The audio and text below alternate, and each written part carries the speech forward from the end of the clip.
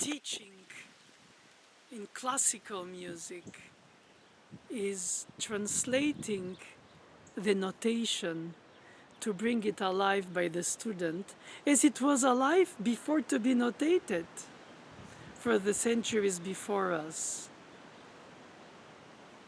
It's opening the horizons of the student while detailed, driven, to also understand the suggestions that these hints of notations bring us to blossom as musical ideas, as emotional expressions. An aria here, a quartet there, a symphonic section there. All these are innuendos in the piano pieces of the notation through which we connect to them. You have to understand the purpose and the meaning of the rule and the law in order to obey it fully. To understand the purpose of the restriction in order to enhance the capacity of your liberating from it once you understand what it drives you towards.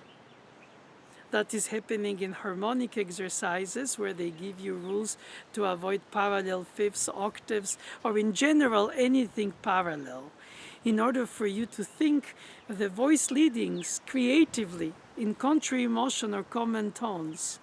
So in a way, once you understood that, you don't need the rule because it becomes part of your agreement. It's like grammar, spelling. In every language there are rules and some logic and some just by usage. And you have to get into the innuendo of what the language says through the choice of the words in a poem, in prose. It's not the same.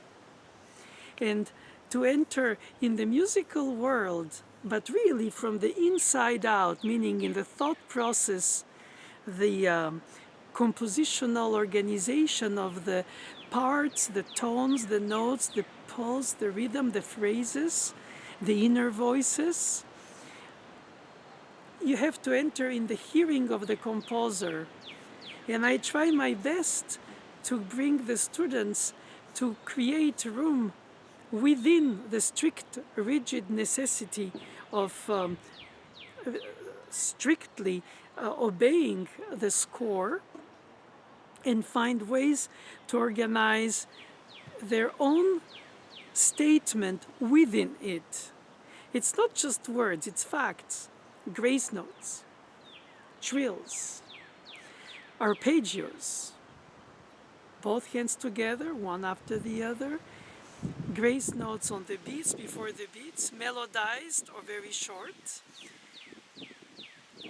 And it depends of the character, it depends of the circumstance in which they are placed, but they are unmeasured, like the trills as well. Or then if they are, it depends which style, genre we are in, like Baroque or Romantic. In the Baroque, it's an embellishment that's measured and pretty, and at the same time prolonging a note. It's not just that purpose, it's also the aesthetic purpose, both in one. And then in Romantic era, you find Chopin notating trills, but they're more like vibrato of a soprano. They're more unmeasured, or they're more with a rubato that could be in fact an accelerando towards the downbeat, giving an impression that the decaying piano melodic note can be a crescendo instead of diminuendo when is there a tension to go in a run-on sentence in a long phrase of the Romantic era. In other words, the notation seems similar between the Baroque and the Romantic, and that's Chopin who chose to notate it Baroque-ish, but not in the intent of the interpretation. And not because I was there, obviously, because when they played it then, the composers themselves, in case of Chopin, inevitably they were using these pieces as a teaching tool for Chopin, as well as a commission by the parents of the rich students whom he was teaching. And in the salons, he would improvise ballades, improvise mazurkas, improvise polonaise, all pieces that were asked from him because in Paris it was so exotic to be Polish, while he was half French, but that was not exotic in France, to be French, obviously. And then you realize that the notation is rigid by beat. A Chopin does that like Beethoven did that.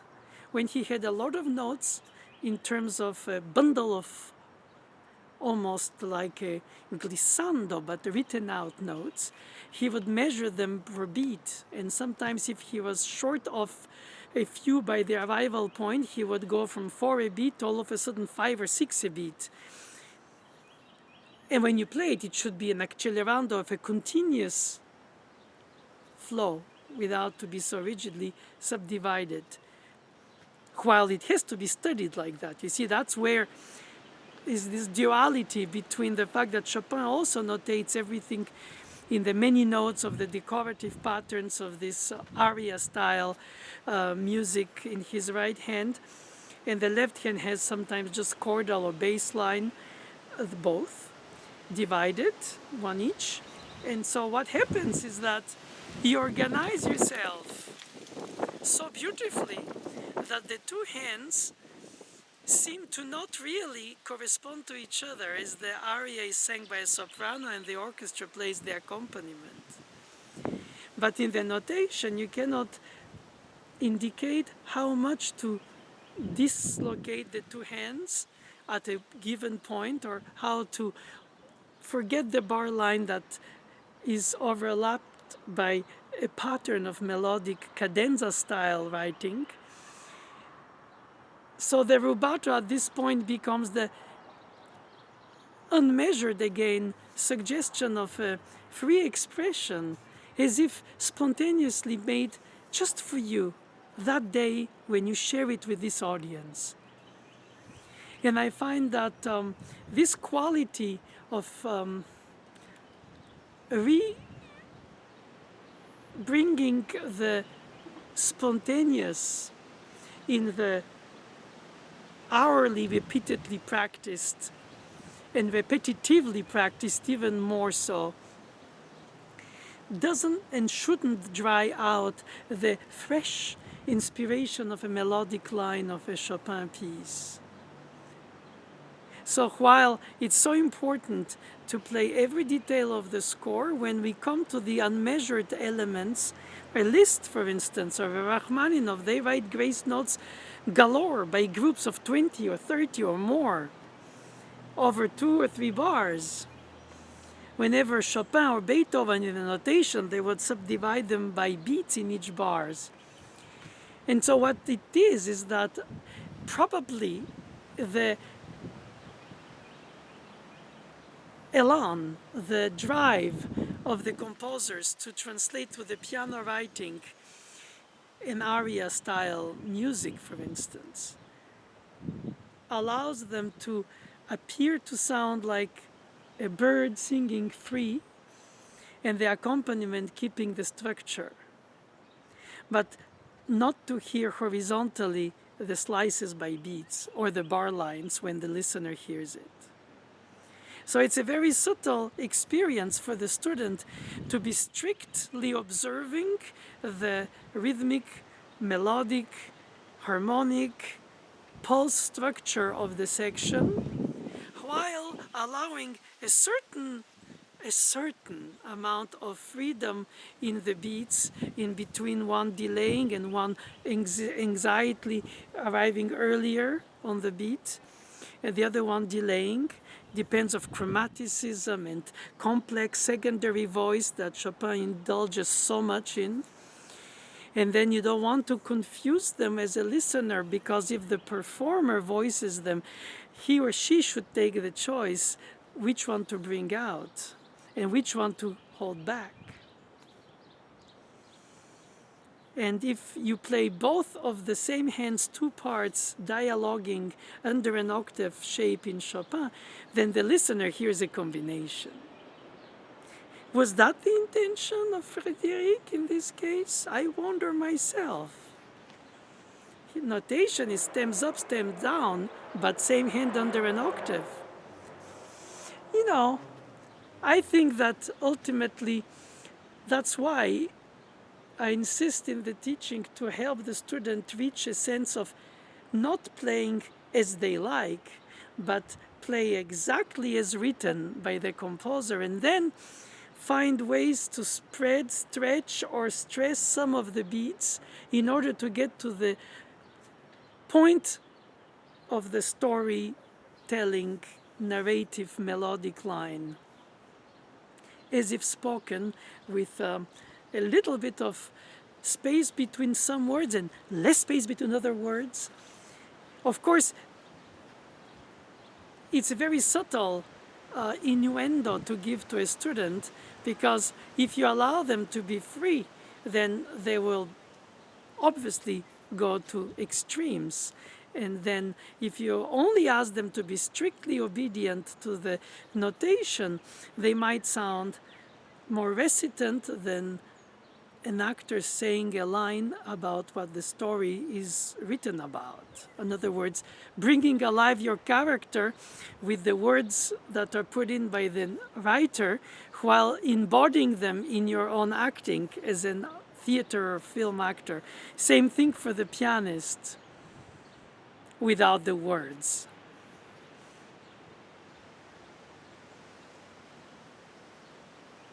Probably most of the music in the past was not notated fully, or not at all, because it was constantly improvised, since there was such demand for live music and there was no way to record it, to conserve it, to keep it sound-wise or video-wise today. Therefore, the notation was the only way through publishers, and therefore the rich parents of the students Chopin was teaching in Paris commissioned him those pieces for their daughters to become high society socialites who can play Chopin's music, which is an example of sophistication in their own circles. And Chopin was not unaware of that.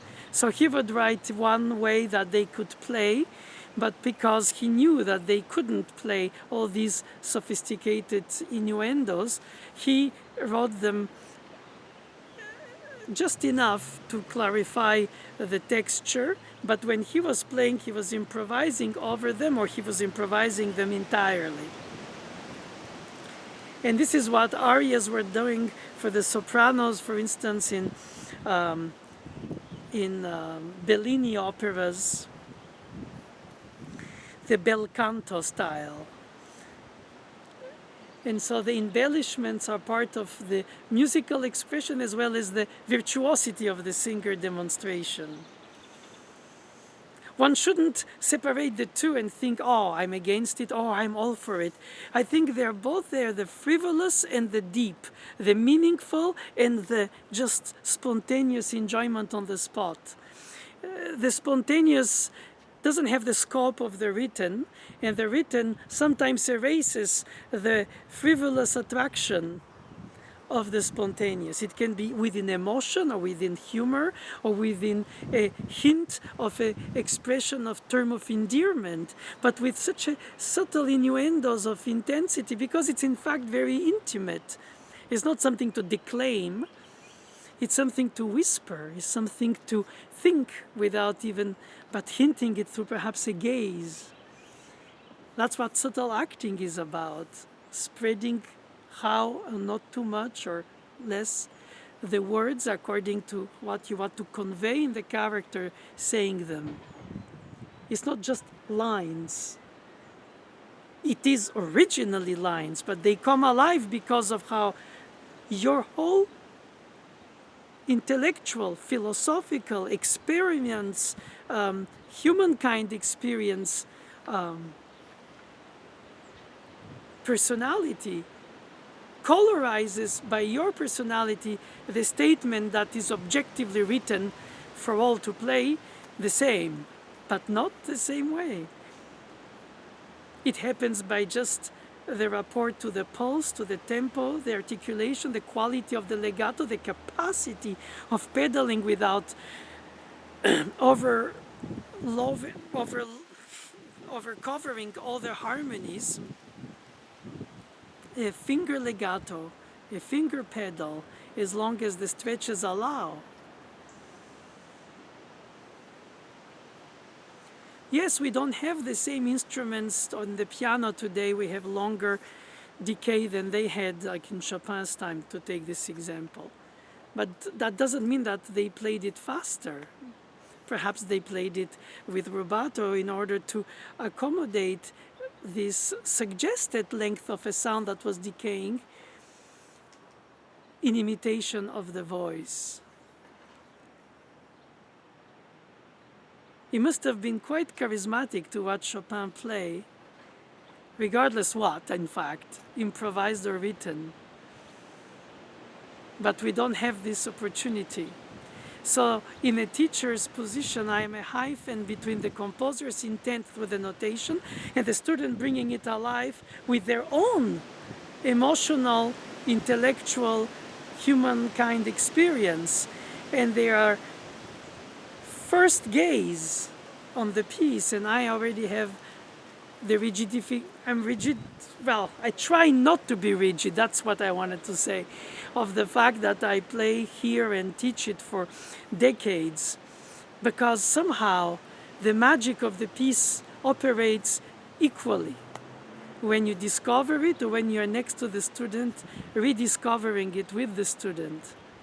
It's just such a humility and marvelment at the same time that is shared. And the experience that the teacher has prevails for things that are more technical. How to handle, how to finger, how to organize, how to best express the phrasing indication, which is to do with breathing or changing bow. But on the piano, you don't do any of these. So, and the consensus is that the Romantic era, the melodic line is a constant run-on sentence that further goes always further and almost seems to lose itself, expressing its emotional content, compared to the early classical organized group of bars, sentences, which were so more and equally compartmentalized. Well, one learns that, one experiences that. And so to teach the student the rigorousness of the text and freeing the student from reciting it only is a very subtle mix, pedagogically speaking, beyond artistically. You respect the student, and you don't want to overwhelm the student with your own experience of the piece. They have to find their own way to express what it means to them. They learn from what it means to you, and then they try to understand what it meant to the composer through the score that both the teacher and the student look at, gaze at, try to understand, hint by all ways and all means how it was supposed to be played. But then because the instrument is not the same, and the way we hear music, since it was composed in that time period, the dissonances, the consonances, the tonality, the atonality, things evolved in certain ways since the writing of the piece and the day you play the piece as a young student. And you cannot make an abstraction of this, because in a way it's part of your inner world. You hear music as a student. You hear Stravinsky, and you hear Bartok, and you hear Prokofiev, and you love playing Chopin. It's not incompatible. You're not supposed to just stay in one single time period and only explore it at its fullest. You want to also be perhaps bringing what it means to you, because you filter all these evolutions of what a dissonance and a consonance is since Chopin today. That's a very important element to take in account, how to enter in the composer's hearing, but combine it with today's hearing. And that goes for the tempi, it goes for the attention of the construction, for the brain capacity to maintain very intense concentration for a long time and not go fragmented from one section to another, or consider the piece more some kind of a series of hurdles. No, it's a piece of lifetime that is intended, would it be in a Haydn quartet strictly structured, or in a Chopin nocturne that is structured more in the left hand than in the right, to say the least. And so you have to bring both elements in both styles, a certain drive and spontaneity in the Haydn and a certain strictness in the spontaneity of Chopin. And it's case by case, student by student, in the very same piece, their own psyche, their own culture, their own trying to connect to a culture that is not theirs at the get-go, compared to their also capacity to extract sounds of the piano with their hands and their arms and their approach of the touch. And so it's a culture of the touch of piano, it's the culture of the style for the singing, it's a culture of the understanding of the reading of the score, so that you bring out the essence of the piece, not just reciting every detail, which is correct, but isn't all of what it's supposed to be. That's what I try to bring. So I hope that in turn, when they will teach it, they will allow their own students to rediscover it their own way and bring them what they were taught, perhaps by me and others. And then it becomes a chain, a marvelous chain of time, where the piece is transformed, translated, transmitted, and relives of its own spontaneity every time rediscovered. Isn't that marvelous?